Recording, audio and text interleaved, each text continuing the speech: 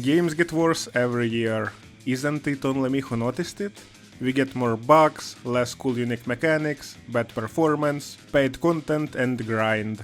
I've been working in game dev for more than 7 years, and it is hard not to notice from the inside how many new titles get worse, especially if we're comparing with big old projects. Where is that cool map destruction from old battlefields?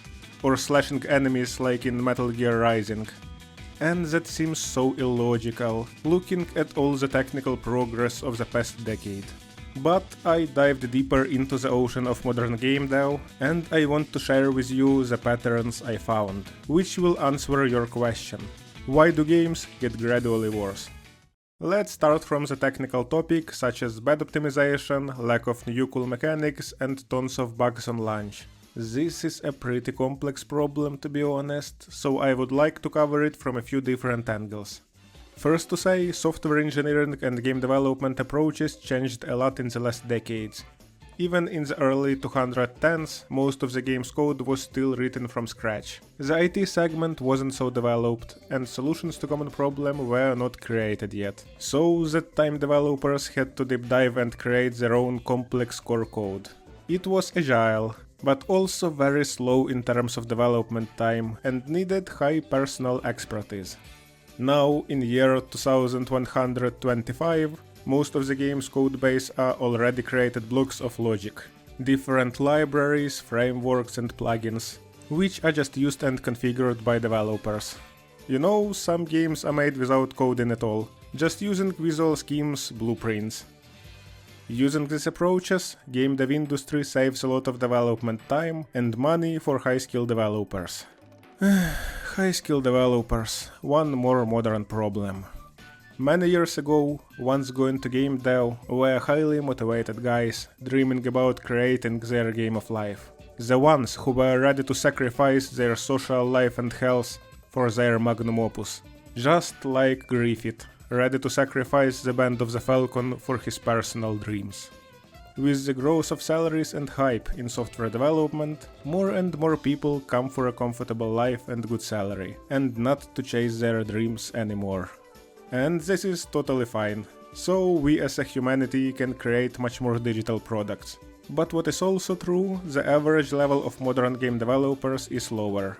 I mean, the skill set can be really wide, but not deep. And that's because most modern problems don't require deep knowledge. We already have a lot of cool tools to deal with common tasks.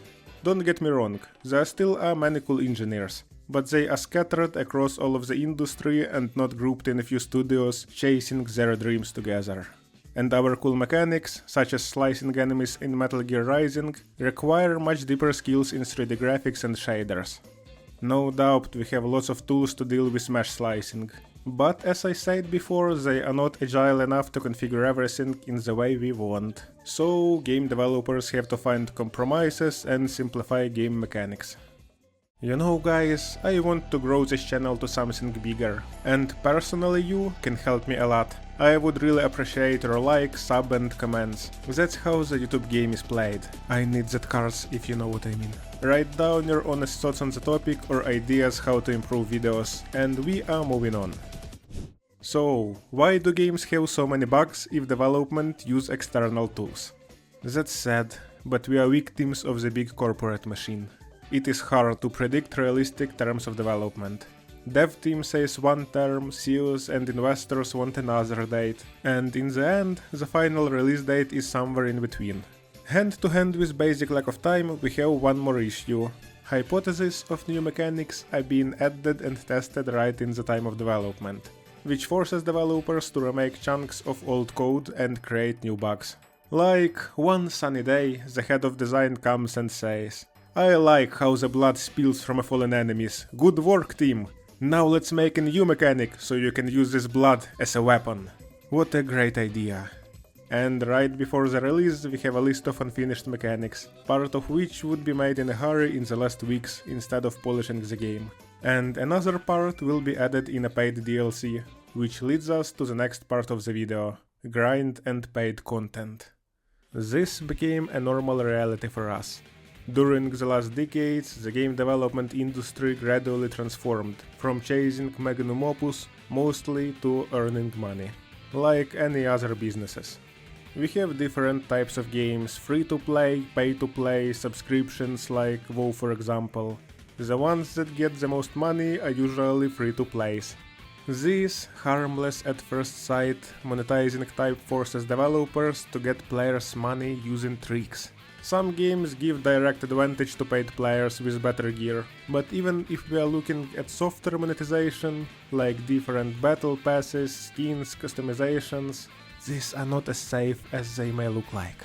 We live in a world where your style matters a lot, and free skins are usually bad, so you can't miss this profitable battle pass with limited skins. You can't get it like anywhere else. It also can be a legacy for your future children. Different XP and money boosters also help players a lot, saving a bunch of time. Pay $10 and get your dream gun in 5 hours instead of 15, suffering from great players 3 times less. Moreover, developers add similar systems even to single player titles, which would be the nonsense 15 years ago. So you're left with a choice. Either to fight dumb bots for a few hours straight, or just click a magical buy button and get all the content you want right now. This money on your card, aren't real. Just some digital numbers, pixels in the bank app. For our animal brain, they are not important at all. To be honest, I don't like the trends of many big games right now.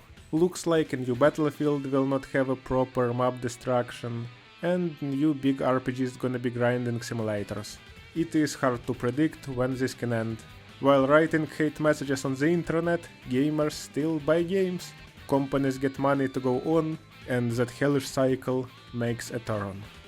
But let's not get sad, we have Rays of Light in the darkness. Some of the new games are really good, Kingdom Come 2 for example, and we have a huge list of good games from indie and medium game companies.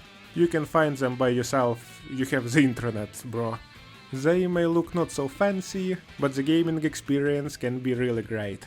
Or I can offer you even a better crazy idea. Try GameDev by yourself. From my experience, I can say that creating games can be more fun even than playing them, especially if it is your hobby and not a full-time job. So guys, what do you think? Does modern game dev still have a hope? What games are you waiting for?